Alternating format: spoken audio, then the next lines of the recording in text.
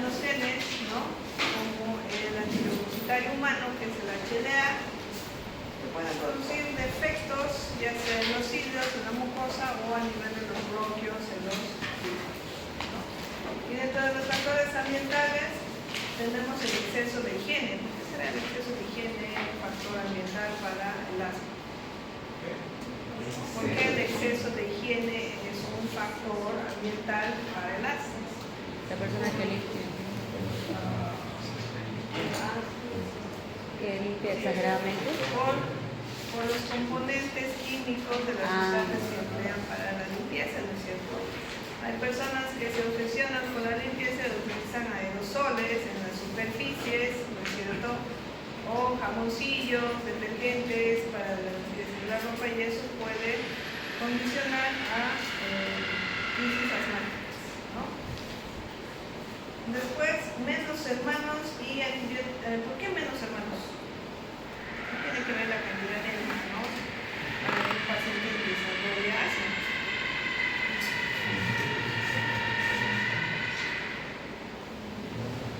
Menos Por eso quieren tener más hijos, para que ninguno tenga asma.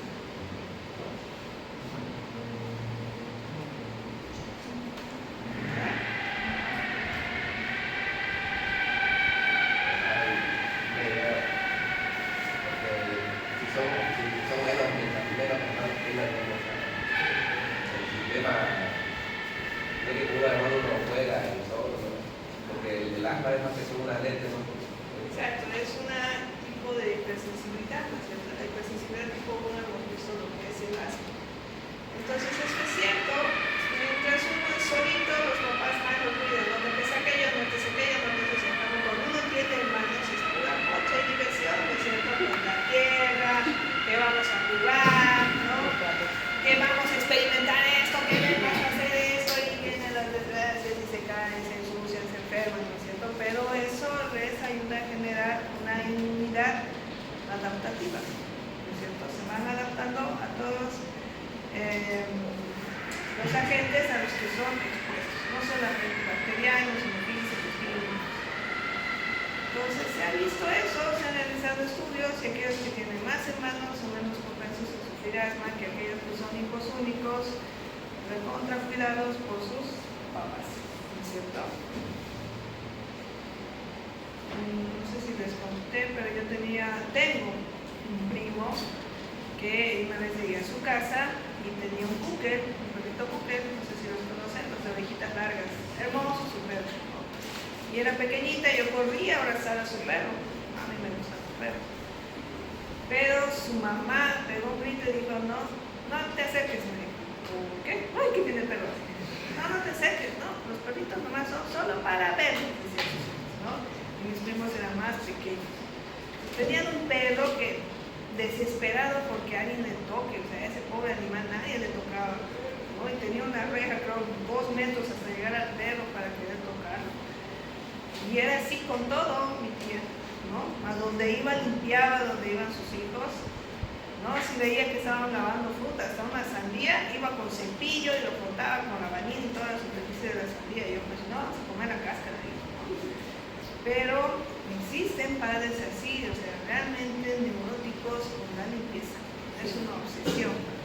Y evidentemente mi primo es asmático, sufre de migrañas, tiene razón de personalidad, todo por el tipo de padres que ha tenido, especialmente su mamá. Entonces son cosas, miren, que nosotros mismos podemos manejar, ¿no? Un niño necesita exponerse para generar inmunidad, ¿no? No les digo que les dejen comer tierra, ¿no? Siempre hay límites. Ya. Y antibióticos en los primeros 2 años, ¿por qué?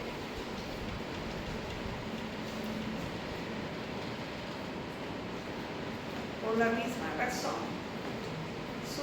Hay que dejarle a que su organismo responda a ciertos agentes. En los niños generalmente son de tipo viral, no requieren antibióticos, ¿no? Entonces hay que dar un chance a que su organismo venza la infección. ¿Qué es lo que los padres ahora quieren? Ay, mi hijo está con fiebre del antibiótico. Pero señora, es un proceso viral. No, dale. Póngale penicilina. Mejor si le inyectan, ¿no Sí, a veces se modera, ¿no? Pero son así los papás. Y uno a veces tiene que pelearse y tratar de hacer entender de que no necesitan, ¿no? Entonces el uso innecesario de antibióticos puede condicionar aquello. Ahora, si necesitan antibióticos, bueno, ni modo, ¿no? Pero sepan que están alterando su inmunidad adquirida. Entonces estos pacientes tienen atopía, que la atopía es una predisposición a tener alergias, a respuestas de hipersensibilidad, ¿no? Son aquellas personas que continuamente tienen rash, ¿no? O tienen una piel un poco tal vez áspera y seca, ¿no? Que es la piel atópica o alérgica, ¿no? Constantemente con rinitis, cuando se despiertan, pífora, el lagrimeo, ¿no? Entonces tienen esa cierta predisposición alérgica de las vías respiratorias. Recuerdan lo que habíamos avanzado en hipersensibilidad sobre la primera y la segunda exposición. Decíamos que en la primera exposición no había una reacción, no había manifestaciones clínicas, porque una vez había ingresado el alergeno, ¿qué pasaba? Las células T helper que estaban ahí agarraban el alergeno y hacían las presentadoras de antígeno, agarraban el alergeno y se lo presentaban a las células T helper, ¿cierto? Las células T helper, ¿qué hacían? Iban sobre las células B, ¿no? Y les decía, mira lo que me encontré, qué bonito, ¿no? Y las células se activaban, se convertían se activaban, empezaban a producir inmunoglobulina E, ¿no es cierto? ¿Y qué hacían con esta inmunoglobulina E? Iban donde los mastocitos y les empezaban a colocar en su superficie, ¿no? Para que la próxima vez que llegue el alergeno, ese mastocito se active y libere sus mediadores. Entonces eso era en el primer contacto, en la primera exposición. En la segunda exposición, ¿qué iba a pasar? Iban a haber dos tipos de respuesta, una inmediata de las 0 a las 2 horas y una tardía de las 3 a las 4 horas que podría prolongarse hasta 24 horas. La respuesta temprana estaba mediada por quién? Volvía a llegar el alergeno, pero esta vez ya se contaba con un mastocito cubierto por inmunoglobulina E. Entonces hacían la reacción, ¿no? Entre el alergeno y la inmunoglobulina y el mastocito se activaba, ¿no? ¿Y qué empezaba a liberar? Histamina. Y la histamina es un potente vasodilatador. Entonces, ¿qué iba a producir? Aumento de la permeabilidad y fuga de líquido al tercer espacio, ¿no es cierto? Y también iba a haber liberación de leucotrienos, exactamente el B4, ¿no? Y los leucotrienos tenían un poder de broncoconstricción. Entonces ya teníamos broncoconstricción, teníamos vasodilatación, edema y también promovían la hipersecreción de moco. Y ahí los tres mecanismos que hacen la fisiopatología del asma: hipersecreción de moco, edema y broncoconstricción. Y hay esos tres, ¿no? Entonces todo pasaba esto en la respuesta temprana, ¿no es cierto? Se daba esto y había la obstrucción de la vía aérea. Broncoconstricción, edema, hipersecreción de moco. Miren la luz, cómo ha disminuido en relación a un pulmón normal. Ahí la obstrucción al flujo aéreo. Entonces la respuesta tardía que venía entre las 3 y 4 horas ya no era mediada por los mastocitos, sino por los eosinófilos, ¿no? Y estos eosinófilos que producían la rinitis, ¿no es cierto?, la pífora o el lagrimeo y la broncoconstricción de las vías aéreas, ¿no? Pero les digo, como les había mencionado ya, que esto puede durar hasta 24 horas. Y esto es importante, este conocimiento fisiopatológico, porque si su paciente les llega con una crisis asmática, ya ha activado la respuesta temprana. Ustedes hacen tratamiento, revierte la crisis en la primera hora y lo mandan a su casa. No pueden mandarlo a su casa porque saben que todavía falta la respuesta tardía. asmática, ¿cierto? Entonces, no habrá bastado con ese tratamiento inicial, sino que tendrán que dejarle uno de mantenimiento. Y si la crisis ha sido severa, tendrá que internarse para supervisar las primeras 24 horas, ¿no? Entonces, la respuesta tardía es importante que sea valorada, ¿no?, al momento de definir la conducta. Si lo mandan a su casa o lo van a dejar internado así. ¿Hasta ahí estamos bien? ¿Sí? ¿Se entiende? La fisiopatología de asma: broncoconstricción, hipersecreción de moco y ¿quiénes causan? La histamina, ¿no?, principalmente el reportiero B4. Y en la respuesta tardía los eosinofilos. Por eso, en un paciente con crisis asmática, si yo obtengo secreción bronquial, voy a encontrar eosinófilos. ¿Cuáles pueden ser los desencadenantes para que todo esto suceda? Sobre todo las infecciones, ¿no? Las infecciones virales. Los resfriados pueden desencadenar crisis asmáticas, ¿no? Infecciones bacterianas también, ¿no? Micosis también. Alérgenos como cuáles: el polen, el polvo, ¿no es cierto?, el pelaje de los animales, el moho en habitaciones o en ambientes húmedos, ¿no?, donde vean los hongos, también pueden ser desencadenantes. La contaminación ambiental, sí, ¿no es cierto?, el humo de las unidades, ¿no? ¿Qué más?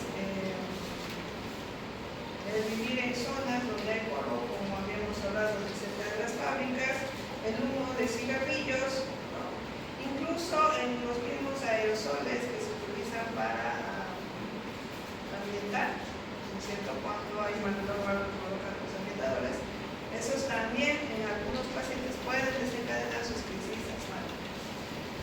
Emociones fuertes también pueden desencadenar crisis asmáticas, ¿no? Se enteró el estudiante que se aplazó, ya le da su crisis asmática. Fin de semestre. Dentro del tratamiento en una crisis asmática, dependiendo del contexto siempre del paciente, están los ansiolíticos.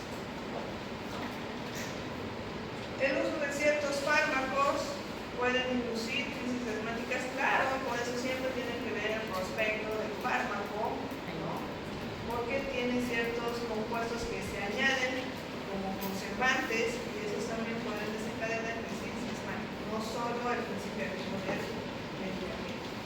Entre estos están los AINES y los betabloqueantes. Por ejemplo, en pacientes con falla cardíaca, hasta cierto punto se pueden usar betabloqueantes y se ha visto que ayuda, ¿no?, en frenar la evolución de la enfermedad. Pero si su paciente tiene asma, o antecedentes de asma, no le pueden dar, porque puede desencadenar broncoespasmo, ¿no? Entonces, tienen que saber muy bien la relación o los efectos adversos de cada fármaco que ven en el paciente y deben conocer sus antecedentes. Luego, ¿qué pasa? Hay anestésicos, por ejemplo, que desencadenan crisis asmáticas. El anestesiólogo no va, no le hace la visita preanestésica, ni se enteró de que tiene su antecedente de asma, y cuando lo premedica, el paciente ya está ciano, ¿no? Entonces, el anamnesis, el interrogatorio siempre es importante. El aire frío también puede inducir una crisis asmática en algunos pacientes, ¿no? Hemos visto que incluso en la fisiopatología de la tos también puede producir o desencadenar tos. Y el ejercicio, aunque no lo crean, también puede desencadenar crisis asmáticas, ¿no? Entonces vean que un paciente asmático tiene que cuidarse bastante y reconocer a qué desencadena las crisis. Por ejemplo, cuando Huelca Sur llueve en fila todos los pacientes asmáticos al hospital, ¿no?, por el simple cambio de clima, o cuando hay las quemas, ¿no es cierto?, que existen los chaqueos, o San Juan, ¿no?, creo que ya se aproxima. ¿Cuándo es San Juan? En junio. ¿Julio? Sí. Siempre también. Ya. También van a desencadenar crisis asmáticas, ¿no?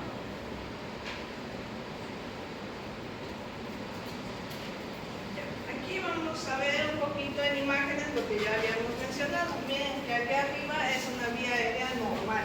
Miren sus células, ¿no? Su epitelio ciliado, el moco que está encima, su lámina basal, las glándulas, el músculo, ¿no? Los cartílagos, todo bien. Y esto es en un paciente asmático. Miren cómo cambia totalmente a nivel microscópico. En la primera parte está cómo se desencadena, ¿no? Lo que habíamos dicho, la primera respuesta y el segundo encuentro con el alergeno. Y todo lo que esta respuesta inflamatoria está produciendo en el epitelio respiratorio. Miren cómo se destruyen las células ciliares, pierden su superficie, sus vellosidades. Si no hay vellosidades, no hay ese barrido que es parte de la inmunidad innata para eliminar ciertos agentes agresores, ¿cierto? Se pierde y en los pequeños espacios aprovechan los antígenos para ingresar, ¿no? ¿Qué más? También por los mediadores hemos mencionado, ¿no? De los mastrocitos va a existir hipersecreción de moco, ¿no? Entonces miren cómo la capa del moco va a ser tanta y continuamente el paciente va a querer expectorar, ¿no es cierto? Con sus vías aéreas obstruidas, con aumento en la secreción de moco, el paciente se está asfixiando en sus secreciones. Por eso, en un paciente con crisis asmática jamás se le da un mucolítico, ¿no? Imagínense darle un mucolítico que aumente más todavía su secreción. No va a poder el paciente, ¿no? ¿Qué más? Tos. El paciente continuamente va a tener tos. ¿Por qué? Uno, por la hipersecreción. Dos, está perdiendo células, ¿no es cierto?, ciliadas, cilíndricas, y se están exponiendo ¿quiénes? Las terminaciones nerviosas, ¿no es cierto? Y si se exponen esas terminaciones nerviosas, ¿no?, fácilmente se dejan estimular y mandan el estímulo al centro, a los centros superiores, y se desencadena el reflejo de tos. Por lo tanto, también en parte es una tos irritativa, ¿no? Miren que a medida que progresa en horas, ¿no? No estamos hablando en años, sino en horas, la lesión se hace mucho más severa, ¿no?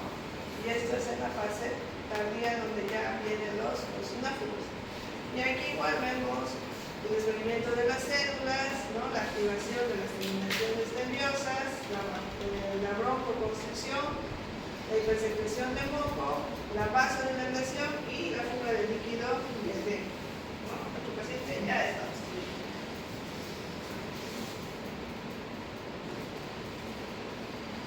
¿Cuáles son las manifestaciones clínicas de un paciente con asma? Taquicardia. ¿Por qué está taquicárdico el paciente?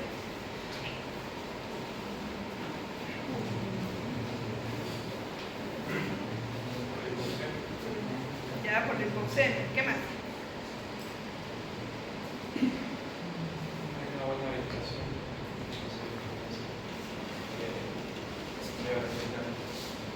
Para que Ya está por ahí, tibia. Tienen que ser cada vez siempre más precisos. Taquicardia porque hay hipoxemia, hay déficit de oxígeno, ¿no es cierto? Eso se sensa, va al centro, cardioacelerador. ¿Y qué va a decir? No está llegando suficiente oxígeno, aumentemos la frecuencia cardíaca, que más veces iré la sangre en un minuto para que el poco oxígeno que entre se pueda llevar más veces a todos los tejidos. Dos, hay mayor trabajo respiratorio. ¿Por qué? Porque el paciente necesita sacar ese aire que se está quedando adentro y hace mayor trabajo, y el mayor trabajo demanda mayor energía, ¿no es cierto? Entonces también por esa razón hay taquicardia. Taquipnea, porque lo mismo hace el centro respiratorio, sensa la baja cantidad de oxígeno y dice no. Si hay poco oxígeno, respiremos más veces para que el poco oxígeno que entra lo repartamos más veces. Y por eso hay taquipnea, ¿no es cierto? Ahora bien, La disnea ya hemos dicho por qué van a aparecer esos disnea episódica. Porque hay lococonstricción, entra 500 ml, pero no salen los 500 y hay atrapamiento aéreo y eso también condiciona la disnea, ¿no? ¿Qué es lo que más refiere, o qué es lo que refiere un paciente con crisis asmática? Que le duele el pecho, ¿no es cierto? ¿Qué es lo que dicen las mamás cuando traen a sus niños? Está apretado del pecho, dicen, ¿no es cierto? ¿Por qué? Porque tienen esa sensación de opresión en el pecho y eso está dado por el excesivo trabajo muscular en la caja torácica para tratar de sacar el aire que está atrapado, ¿no? Y esa excesiva constricción es lo que le da esa sensación de dolor opresivo, ¿no? ¿Qué más? Las sibilancias expiratorias por la misma obstrucción al flujo, ¿no es cierto? Agarren un sorbete, ¿no? Y soplen y luego presionen el sorbete y vuelvan a soplar. Silban, ¿no es cierto? Lo mismo sucede en la auscultar. Se obstruyen los bronquios, los bronquiolos y se van a escuchar sibilancias expiratorias, ¿no? ¿Qué más? Si es una crisis asmática severa, vamos a encontrar no solo taquipnea, ni disnea, sino también disnea, porque va a haber aleteo nasal, uso de musculatura accesoria en el cuello, ¿no es cierto? Los escalenos, los esternocleidomastoideos, vamos a ver tiraje intercostal, tiraje subcostal e incluso respiración abdomino-torácica. Todos signos de insuficiencia respiratoria, ¿no es cierto? Durante la crisis asmática. Vamos a ver que el tiempo expiratorio en el paciente va a aumentar. Ya no van a ser 2 unidades de tiempo, van a necesitar 3 o 4 para que en mayor tiempo saquen la mayor cantidad de aire, ¿no? Pero sabemos que no lo va a hacer y que va a haber atrapamiento aéreo, ¿no? Y ya en la parte asociada a la respuesta de los eosinófilos ya habíamos mencionado, se va a ver rinitis, sinusitis, dermatitis atópica o incluso a nivel ocular con las conjuntivitis que se pueden asociar a estos pacientes, ¿no? ¿Un paciente puede morir de asma? Sí, es el asma casi fatal, ¿no? Ese tipo de asma hay que reconocer de inmediato porque hay que mandarlo a terapia intensiva, ¿no?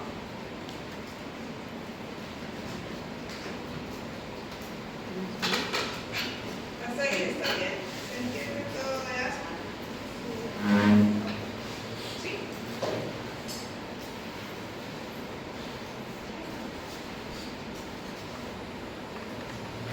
El paciente, ¿recuerdan que el paciente asmático habíamos dicho cuándo entra dentro del grupo de COP?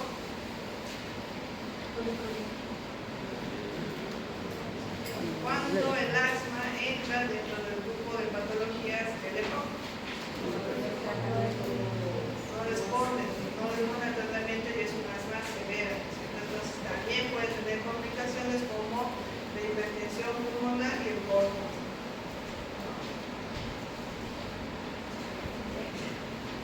En neumología, por ejemplo, les van a enseñar la clasificación del asma, ¿no? Que cada 2 años cambia y creo que este último tiene muchos cambios en relación al año anterior, tanto que algunos neumólogos no están de acuerdo y están manteniendo la otra clasificación porque ha cambiado todo el tratamiento, ¿no? Y el médico no le tiene mucha fe a veces a lo nuevo, ¿no? Y a veces no se quiere arriesgar. Luego tenemos las bronquiectasias, que se acuerdan que habíamos dicho que son de la mica.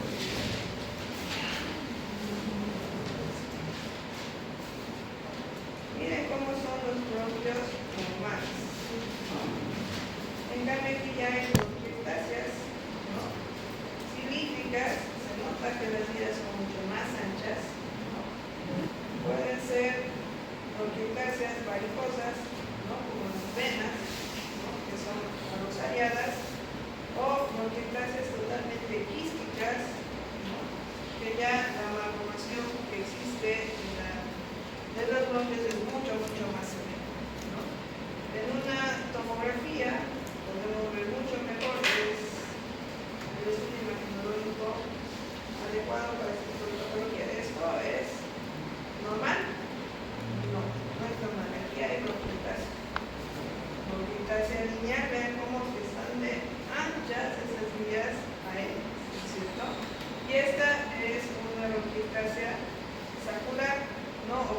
también qué grandes son.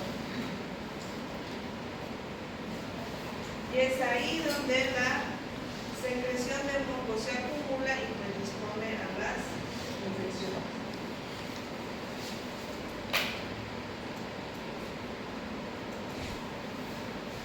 ¿No se acuerdan? No se olviden que de la bronquiectasia lo más importante es que estas dilataciones o malformaciones en los bronquios es irreversible. Aunque hagan tratamiento, no va a volver ya a la normalidad.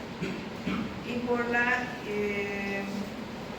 hipersecreción de moco que se va a quedar en esos lugares, va a predisponer siempre a infecciones. Es decir, que si un paciente viene continuamente a la consulta cada vez con resfríos o neumonías, tendrán que hacer estudios imagenológicos para ver si no tiene bronquiectasis, ¿no? Y por eso siempre se está enfermando.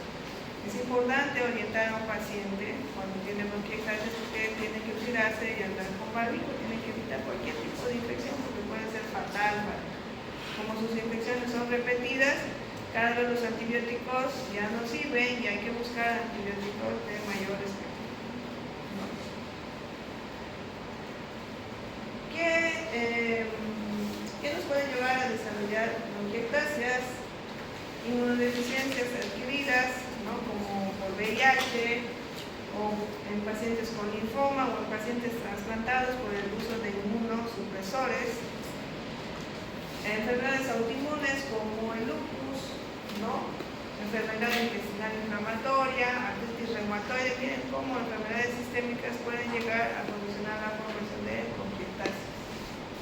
Enfermedades congénitas como la fibrosis quística, la enfermedad de Marfan, la deficiencia de alfa-1 angiotensina, que es encargada, les mencionaba en otra clase, de la remodelación de parénquima pulmonar, y si esta está ausente no se va a remodelar de manera adecuada, ¿no?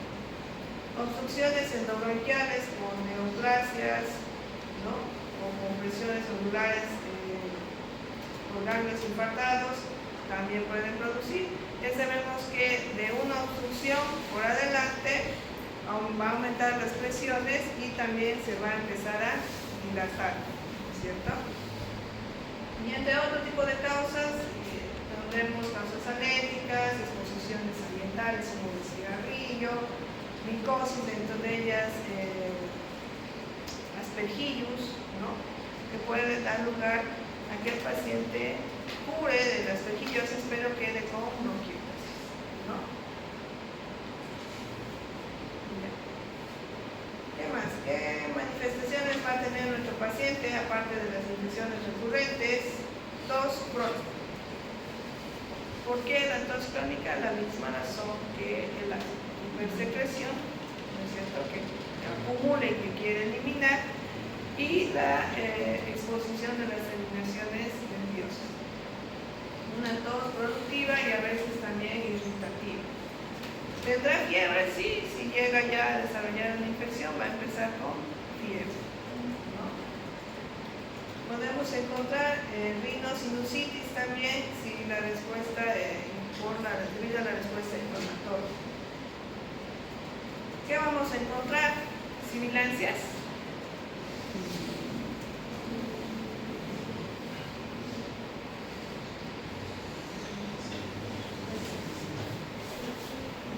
Están aumentados, ¿no es cierto? A menos que existan en pequeños lugares obstrucciones, tal vez escuchemos sibilancias, pero en un solo lugar. En el asma todo tiene que haber sibilancias. No es que en el tercio inferior hay sibilancias, es asma. ¿Cuál asma? Eso es cualquier cosa menos asma, porque tiene que ser en la totalidad de ambos pulmones. Más bien piensen si no es una obstrucción o un tapón mucoso accesible, ¿no? ¿Qué van a encontrar entonces? Si hay secreción.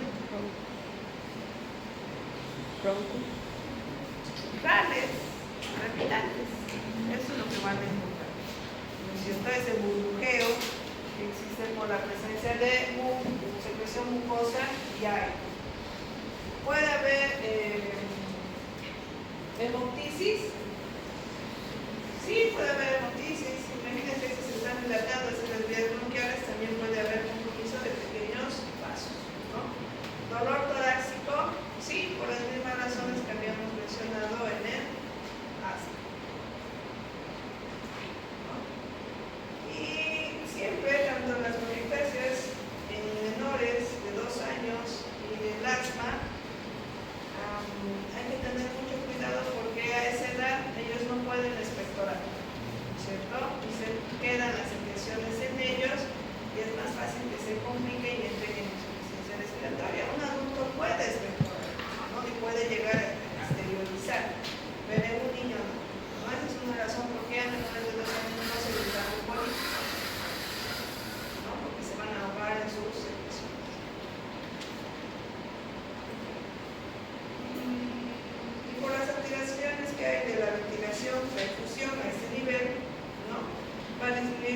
oxigenación y a consecuencia de la baja oxigenación que va a haber fatiga, disnea, ¿cierto? Cianosis, ¿no? Y como son enfermedades crónicas, vamos a encontrar que los dedos en palillo de tambo, ¿cierto?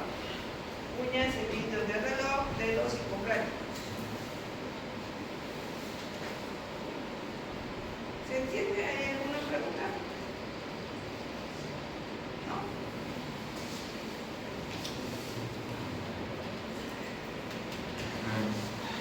Nada de nada. En este tipo de pacientes, las primeras infecciones van a ser por gérmenes adquiridos en la comunidad. Pero después de su primera, segunda infección, sus gérmenes ya van a ser nosocomiales, ¿no? O sea, que les llegue un paciente con una neumonía de su casa, con una pseudomonas, no. Nadie viene con una pseudomonas que sea peor todavía multiresistente de su casa. Entonces ahí tienen que pensar ustedes que probablemente ese paciente tiene alguna otra lesión pulmonar y eso puede ser una pneumonitis, ¿no? Porque las pseudomonas son, sobre todo las multiresistentes, son propias del hospital. Si vendría una pseudomona de su casa, sería pues hasta sensible a la cafeaspirina, ¿no? Por decirlo así. Pero si hay resistencia, sospechen que hay algo más en ese una sola. Unos 5 minutos de descanso, vamos a pasar al síndrome Morales.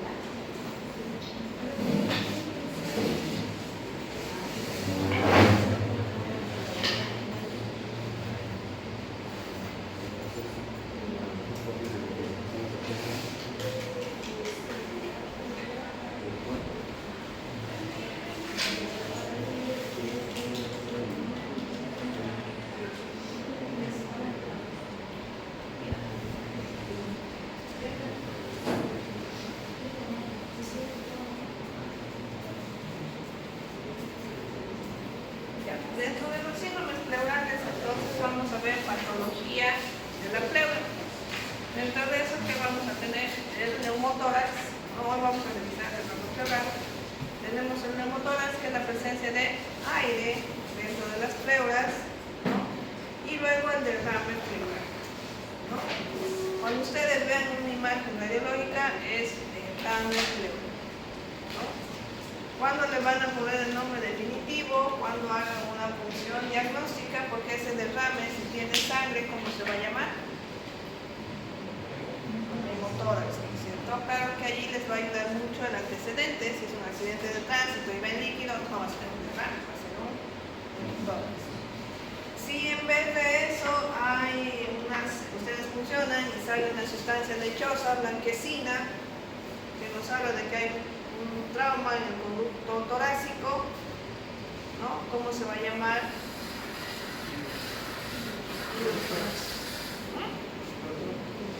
Pilotórax. Pilotórax. Ya. Y si existe pus, funcionan y lo que sale es líquido purulento, ¿qué se va a llamar?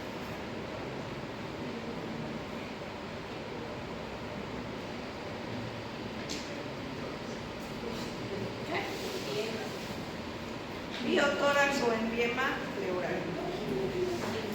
¿Ya?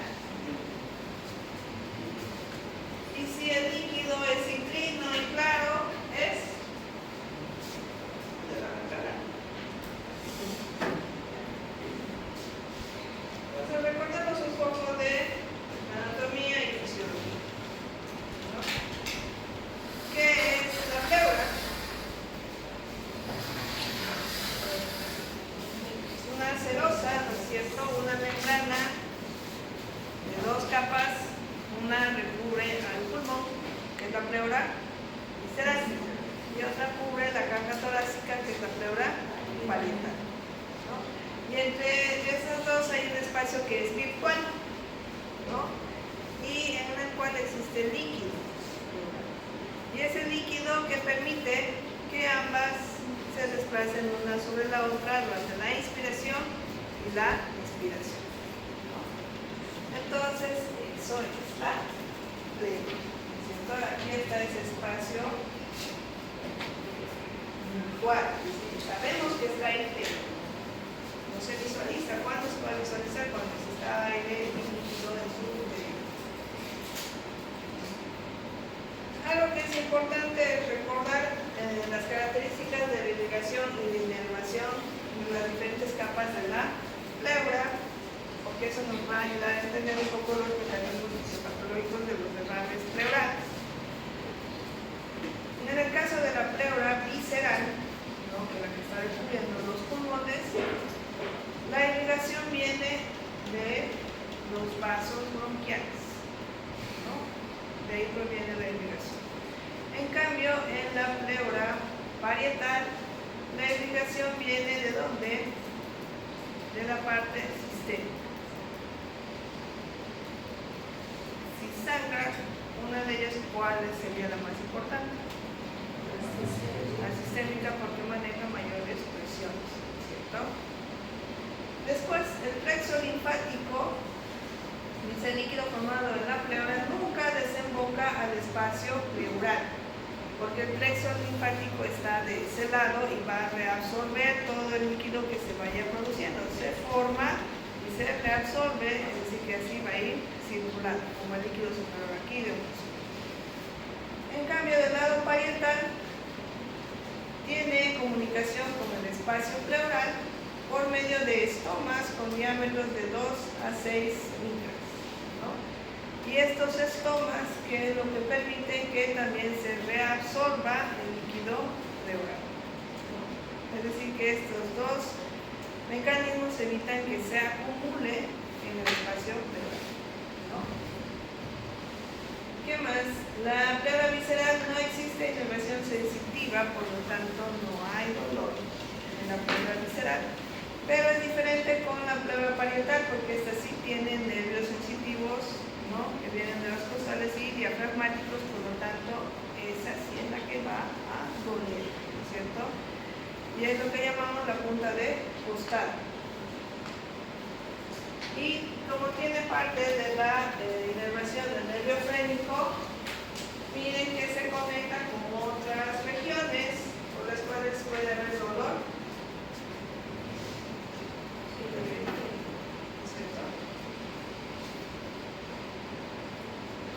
La composición del líquido pleural. El volumen del líquido pleural va de 0.13 más o menos 0.06 ml por kilo peso. ¿No? Eso es lo que normalmente existe del líquido pleural. Su composición es muy similar a la del plasma. Todos los líquidos corporales tienen que tener bastante similitud con la del plasma. ¿No? Tiene proteína de 1 a 2 gramos por decilitro. Su glucosa es similar a la del plasma. El DHL es menor que el 50% del plasma y el pH es similar al plasma. Esto es importante porque cuando ustedes hagan una toracocentesis diagnóstica y manden ese líquido a analizar, si algo de esto varía, ya les está hablando de que es algo patológico y se puede guiar por las diferentes alteraciones que existen para pensar en determinados grupos de patologías, ¿no? Miren cómo del lado de la pleura parietal y la del lado visceral existen presiones, ¿no? Igual que los capilares, como el intersticio. Hay presiones osmóticas y hay presiones hidrostáticas, ¿no es cierto? ¿Qué hacen las osmóticas? Atraen o expulsan el agua.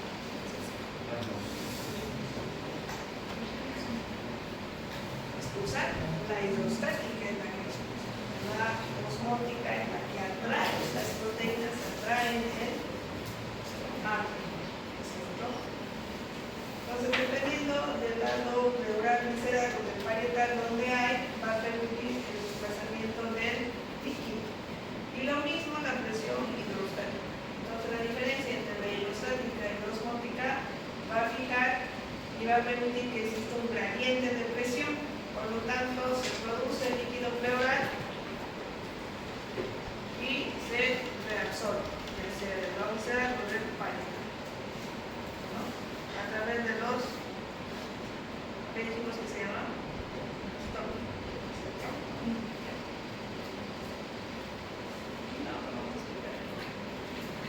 Entonces, ¿de dónde viene el líquido pleural? ¿De dónde se filtra el líquido pleural? Esta es la pleura, estamos hablando de esto. Esta es la pleura visceral, aquí están los alvéolos, ¿no? El pulmón, y aquí está la pleura parietal, y aquí están los capilares. Dentro de la pleura parietal habíamos dicho que están los estómagos, ¿cierto? Y el sistema linfático. Entonces, el líquido pleural, ¿de dónde va a provenir? De los capilares pleurales, ¿cierto? Del espacio intersticial, de los vasos, ¿no? Y de los linfáticos intratorácicos e incluso de la cavidad peritoneal, ¿no? ¿Por qué? Por su contacto con el diafragma. Entonces, de ambos lados va a haber filtración, pero la reabsorción solo va a ser del lado de la pleura parietal. Ya, eso es importante. ¿Entienden? Sí. El líquido pleural va a venir de todos estos espacios, ¿no? Puede venir de la cavidad peritoneal, incluso de la hacia la cavidad. Esta es la cavidad pleural, entonces se filtra de aquí, se filtra de aquí, ¿no? Pero el líquido no se tiene que acumular porque si no nos va a dar desgarre. Entonces, como recircula, se reabsorbe, se drena por los estomas, ¿no? Y por los vasos linfáticos. Entonces se produce, se filtra, se reabsorbe. Y así tiene que producirse. Si existe una oclusión a nivel del sistema linfático o de los estomas, no se va a poder absorber y se va a quedar así el líquido. ¿No es cierto?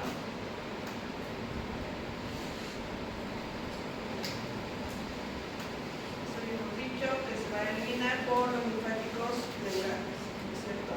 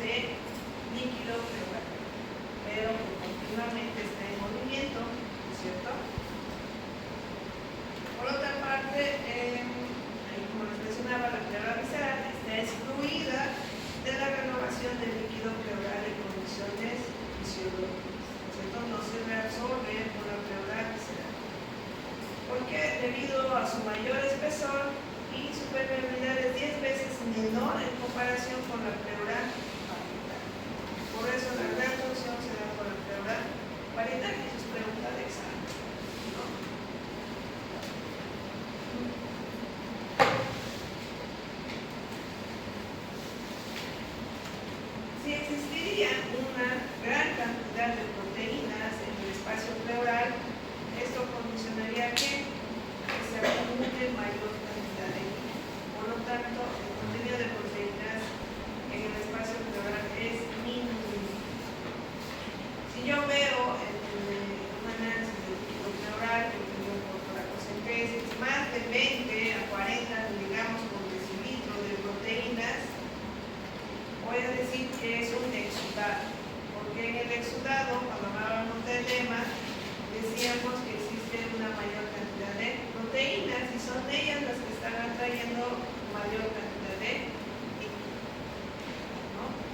Pero si en la toracocentesis, en la muestra que yo he obtenido, me sale que no hay proteínas o están por debajo de 20, ¿qué líquido es? Un transudado, ¿no es cierto? Y habíamos relacionado que el transudado es por las presiones hidrostáticas y el exudado por las presiones oncóticas y que iban relacionadas a procesos de infección, ¿cierto? En cambio, los trasudados, derrames pleurales por trasudados, no lo habíamos visto en las insuficiencias cardíacas y en las hepatopatías. En la pancreatitis les dije que había derrame pleural. ¿Qué tipo de derrame pleural creen que es? ¿Exudado o trasudado? Exudado porque es un proceso inflamatorio, ¿cierto? Vean cómo ya puede ir diferenciando los derrames pleurales. Bueno, ya lo sabemos, ya lo habíamos mencionado.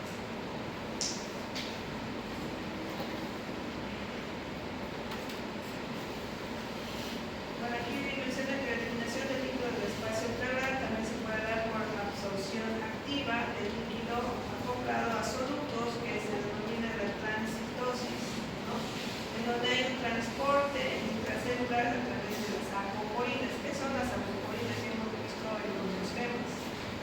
Son pequeños canales que tienen las células solo para el paso de agua. Entonces, aparte del gradiente de presión que habíamos visto, también hay un transporte que se llama transitosis, donde se utilizan las acoporinas para que por esa vía también se elimine el líquido pleural, ¿no?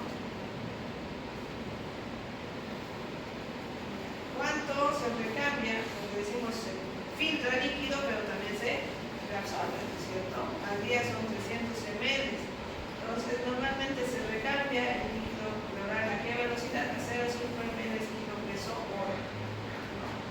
Continuamente se está moviendo a esa velocidad. Lo que asegura que en una hora, dice, esos 300 ml ya han circulado, ¿no? Suficiente siendo una hora para mover los 300 ml que se han producido en un día y que se va a seguir moviendo en las 24 horas. Ahora vayamos a nuestra pleural. Ha fallado, ha habido una alteración dentro del mecanismo de reabsorción o un aumento de la filtración y eso es lo que va a producir el derrame pleural, ¿no? Ya habíamos dicho, es una acumulación de líquido, puede ser trasudado o exudado, puede ser purulento, kilo o contenido en mar. Ya de ahí hemotoras, kilotoras, derrame pleural, enfisema pleural o pilotoras, ¿no? Vean cómo aquí ya se puede ver que el espacio pleural ha sido reemplazado por líquido, ¿no? En los rayos X, y eso supongo verán en imagenología y si no es neuro, para que se vea que ya hay un derrame, un borramiento del ángulo costo frénico, cuántos ml de líquido tiene que haber.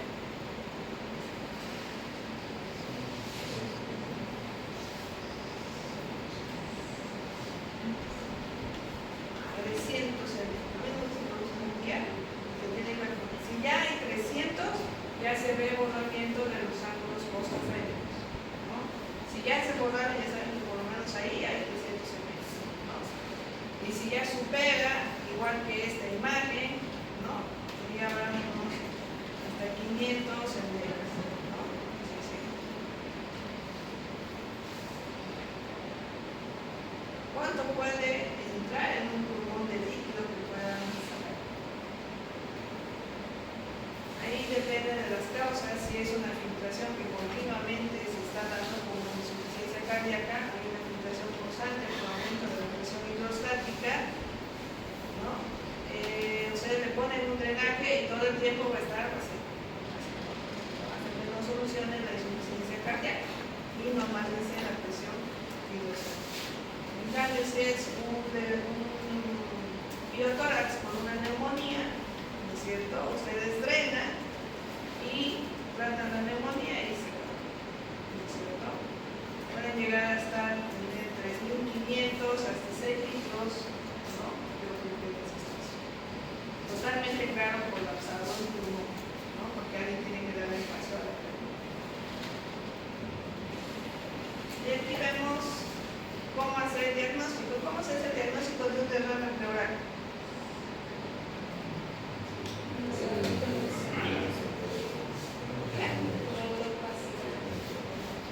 Mano. Por semiología. El neumotórax y el derrame pleural se hace un diagnóstico semiológico. ¿Qué van a escuchar? ¿Qué van a encontrar a la semiología? El derrame pleural. A la inspección. A la inspección, disminución de la expansibilidad en un abombamiento que viene el tórax donde está el derrame, ¿cierto? Para respirar en la inspección dinámica, el paciente va a respirar y ese pulmón no se va a expandir, ¿no es cierto?, sino el otro que está sufriendo la función de los dos pulmones. A la palpación, que vamos a encontrar en el lugar del derrame. Aumento o disminución de la transmisión de las vibraciones vocales. Aumento. ¿Quién dice aumento? ¿Quién dice disminución?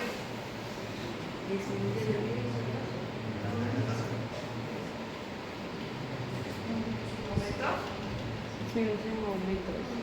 Los sólidos transmiten mejor el sonido, la cual demora más, o sea que va a estar disminuido. ¿Qué vamos a encontrar a la auscultación?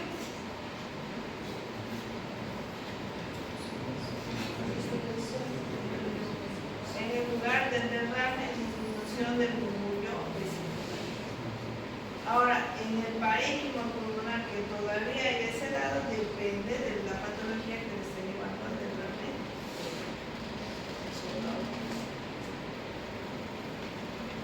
Puede encontrar rombus, ¿cierto? Puede encontrar crépitos, puede que esté normal, que sea por un trauma, que sea un neumotórax, ¿no es cierto? Cuando lo demás está normal, simplemente hay la presencia de sangre. Y a la percusión, esa es la clave. ¿Qué van a encontrar?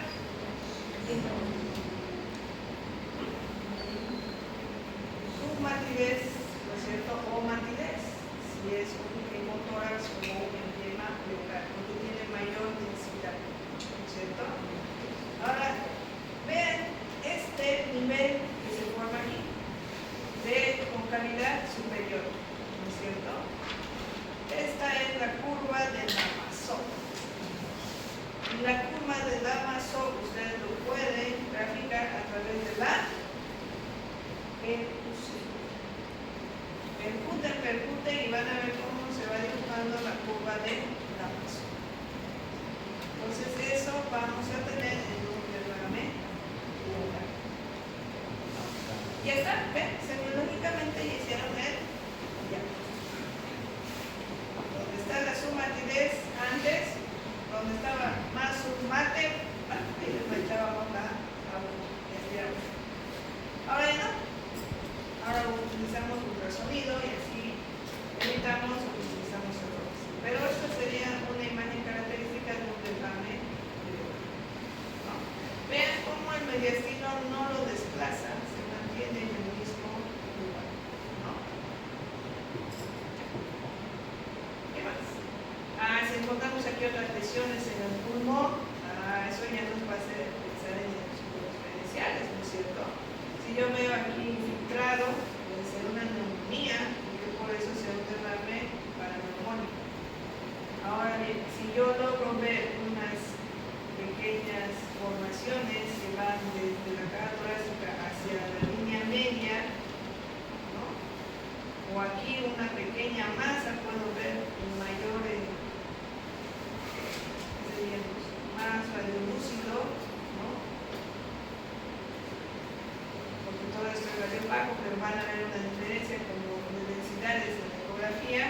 pueden sospechar hasta de un tumor oral que sea la causa de entonces, todo depende del contexto, qué más van a ver después. Pero esto es un simple recuerdo. Y otra forma ahora de hacer diagnósticos sin tener que someterlo a los rayos X al paciente es una ecografía. Pongo el ecógrafo en el lápiz, en la parte lateral, ¿no? Y veo esto, este es el pulmoncito consolidado de una neumonía, ¿no? Y este es el diafragma y todo este espacio negro es el de la mente. ¿Qué es lo bueno de la ecografía? En esta línea celeste puedo cuantificar cuánto líquido hay. Y lo mismo este es en otra posición. El transductor igual. Pulmón, líquido, líquido, líquido. Entonces es mucho más fácil ahora con la ecografía detectar también se puede y realizar la función, así veo a dónde exactamente está yendo la aguja para no estar deshidratando bien para tomar.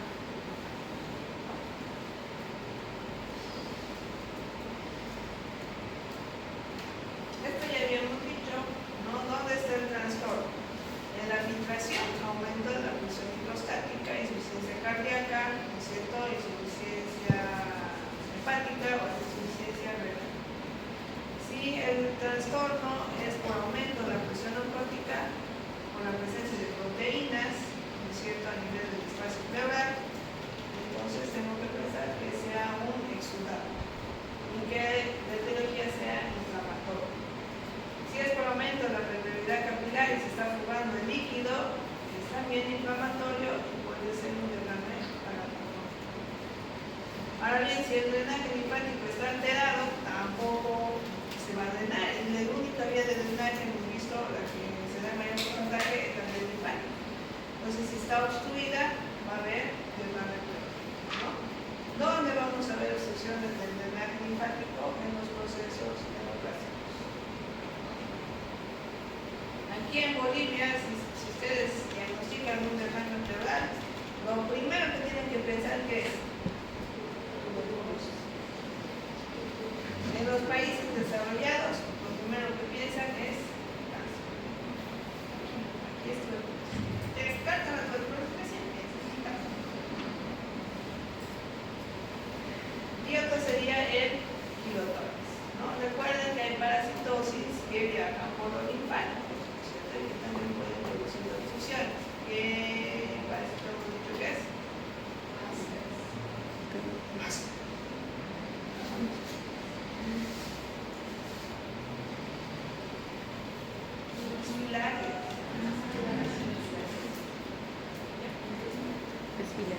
Reproduce el movimiento transdiafragmático de fluido desde el espacio peritoneal, ¿no?, hacia el espacio pleural, lo que habíamos mencionado en las pancreatitis, ¿no es cierto? O en diálisis peritoneales. ¿Saben lo que es una diálisis peritoneal? Antes de la hemodiálisis, que es, se extrae sangre con un catéter, con una fístula sale la sangre, se limpia en la riñón artificial y vuelve, ¿no es cierto? Antes de que exista eso, todavía se realiza en Bolivia, es la diálisis peritoneal. Consiste en dejar un drenaje dentro de la cavidad abdominal y infundir volúmenes de líquido de alta elevada osmolaridad, ¿no? Infunden ese líquido como 2 litros, lo dejan en cavidad 15 minutos, ¿no? Produce por fenómeno de ósmosis que todas las sustancias tóxicas salgan hacia el peritoneo, ¿no? Y el peritoneo las filtra y luego de unos 45 minutos se abre el drenaje y empieza a salir el líquido.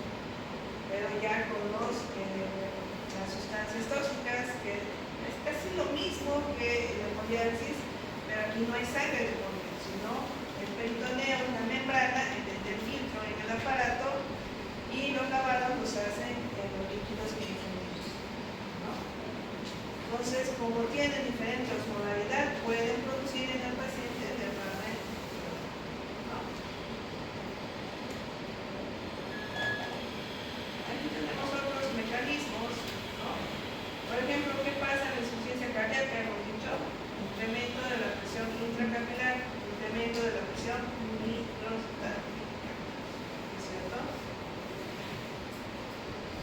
En la atelectasia puede haber derrame pleural, sí, pero poquito. ¿Por qué? Porque recuerden que la pleura parietal cubre el pulmón. Entonces, si se colapsa el pulmón, se lleva consigo a la pleura parietal y genera un espacio, ¿no es cierto? Ha separado la parietal de la visceral de la parietal, ¿no? Y en ese espacio que intenta hacer el organismo inteligentemente, llenarlo.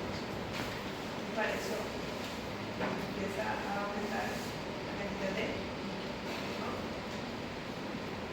Además de que al traccionar existe una disminución de la presión pericapilar, ¿no? Y aquí tienen todos. En la neumonía, ¿cuál va a ser el mecanismo? El incremento de la permeabilidad capilar, porque hay un proceso inflamatorio de orden. En el caso del quilotórax, tendríamos dicho una rotura del conducto torácico, ¿no es cierto? Si era neoplasia, una obstrucción linfática, ¿no? Disminuía la absorción y por eso se acumulaba más. Entonces, todas estas patologías pueden producir derrame pleural por cualquiera de estos mecanismos, ¿no? Por eso tienen que ver y tratar de recordar, analizarlo, para que en su examen ustedes puedan reconocer cuál es el mecanismo fisiopatológico que está produciendo el derrame pleural.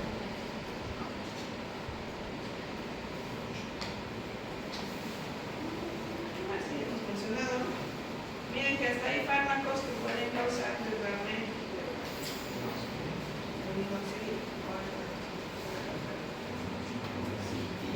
No es muy frecuente, la verdad. Muy raro.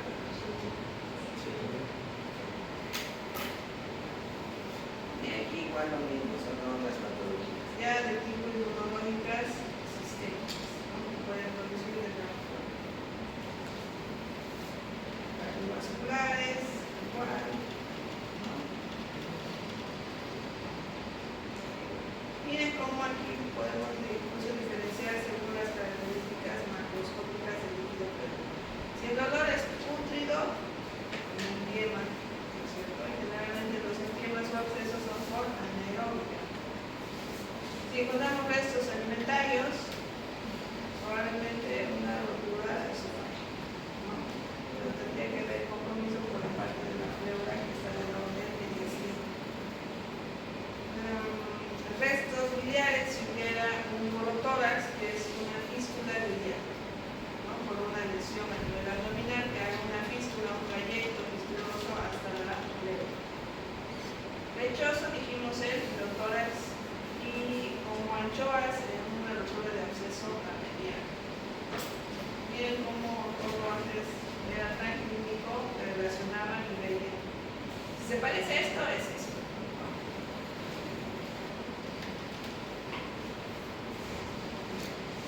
Dentro de las causas más comunes de exudado que ustedes obtengan, piensen en tuberculosis.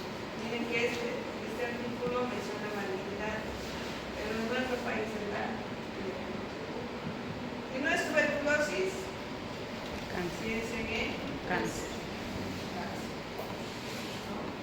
Pero si no hay nada de cáncer, no hay pérdida de peso, no hay palidez, ¿no?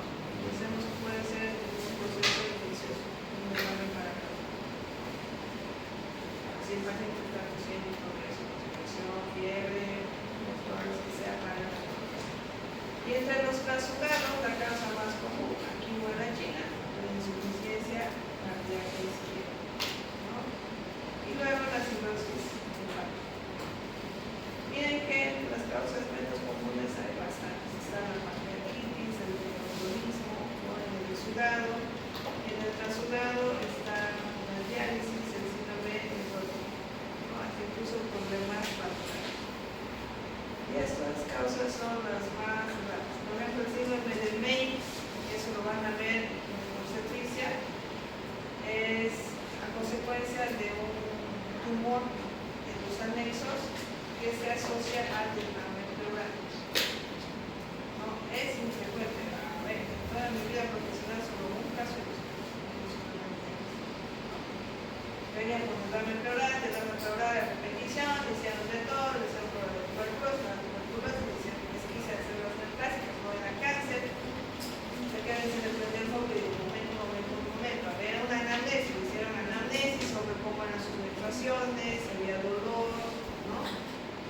Y ya de ahí relacionaron, pidieron la ecografía y tuvieron un tumor, ¿no? En el anexo.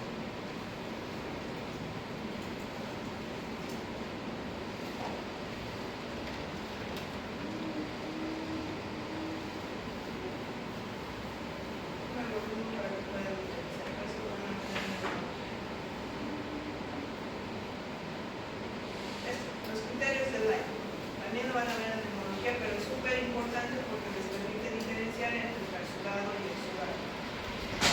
La relación entre el LDH, que es la lactato desinhidrogenasa, entre la que encuentran en la pleura y la que hay en sangre. Porque tienen que pedir eso. Si ustedes están haciendo una farmacocentesis diagnóstica, tienen que tener valores en sangre de LDH y de albúmina para poder hacer los criterios de LAI. Si la relación es menor a 0.6, un trazo. Y si es mayor, un exo. La relación entre las proteínas que han encontrado en el líquido pleural y el suelo, si es menor de 0.5, trasudado. Si es mayor, exudado. La presencia de LDH o lactato desinhidrogenasa en el líquido pleural, si es menos de 2/3 del límite superior al valor normal sérico, trasudado. Si es mayor, exudado. Y abajo les da ejemplos. Si es exudado, piensen en tuberculosis, piensen en procesos malignos o neoplásicos y en artritis reumatoide. Si es trasudado, piensen en un falla del ventrículo derecho, cirrosis hepática e hipoalbuminemia. En ambos casos, ¿cuál es el tratamiento de un derrame pleural? Drena. Ahora bien, a todos voy a drenar.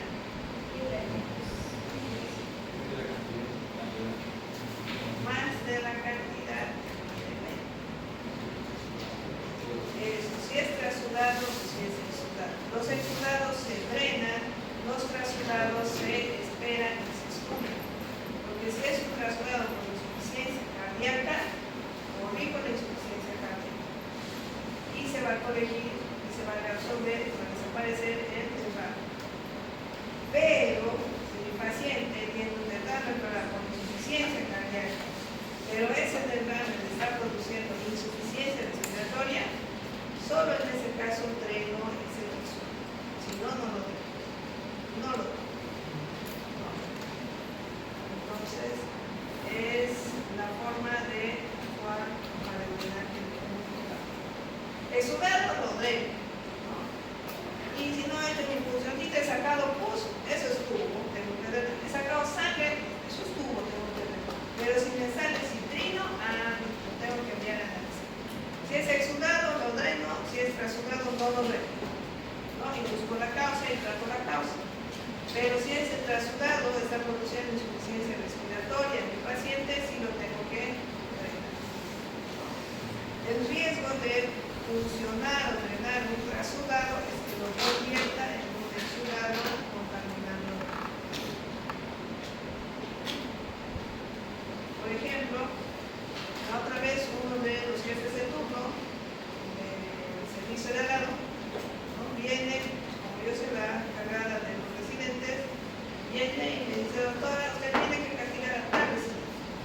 ¿Por qué? Le digo, porque esos residentes nunca están, nunca me ayudan, he tenido yo que traer el ecógrafo y realizar yo solo una función, una toracoscopia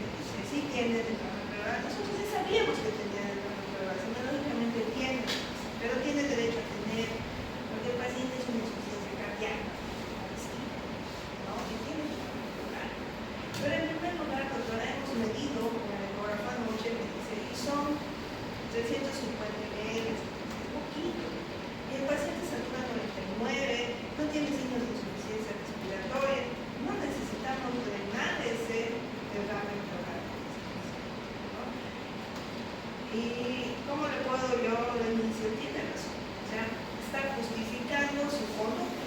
Y le digo, entonces por eso, o sea, el problema es que ustedes no le han dicho de frente eso al jefe, ¿no es cierto? Le digo, es que el doctor es especial. Y entonces le han mentido diciendo que el ecógrafo estaba ocupado y le han volteado hasta que termine el turno y no le han querido dar el ecógrafo. Sí. Pues les cuento que mientras ustedes estaban aquí echados, ha ido a la otra terapia, se ha traído un ecógrafo y lo ha funcionado. No puede ser, dice, no, ay, nos van a venir mañana, dice, ¿no? Porque el médico que llegaba al día siguiente iba a tomar la conducta correcta de no tocar ese ecógrafo. No, ay, doctora, le ha dejado drenajes y le ha dejado un drenaje. Nos van a castigar, nos van a castigar. Pero ¿para qué se mete? ¿Por qué no han hablado con el de arriba para que le digan que el ecógrafo no funciona? ¿No? Ay, sí. Ahora yo les entiendo porque reconozco el hecho de que le hayan refutado, así como me han dicho a mí por esto, no le hubiera importado. ¿No? Porque es de los que piensan que el médico siempre tiene razón. ¿No? Entonces, yo no les decía, porque dije, no lo han hecho lo correcto, pero lamentablemente les ha goleado porque han ido a traer el licor. Más bien debería castigarles por no haber planificado bien. Pero ya, ¿no? Luego el doctor médico les castigó. Es diferente si el residente le dice al médico, el médico le dice al médico, ¿cierto? Yo le dije, sí, castigarles no, pero vi el caso, no me encontré al residente, pero fui al caso y el paciente es una insuficiencia cardíaca, ¿no?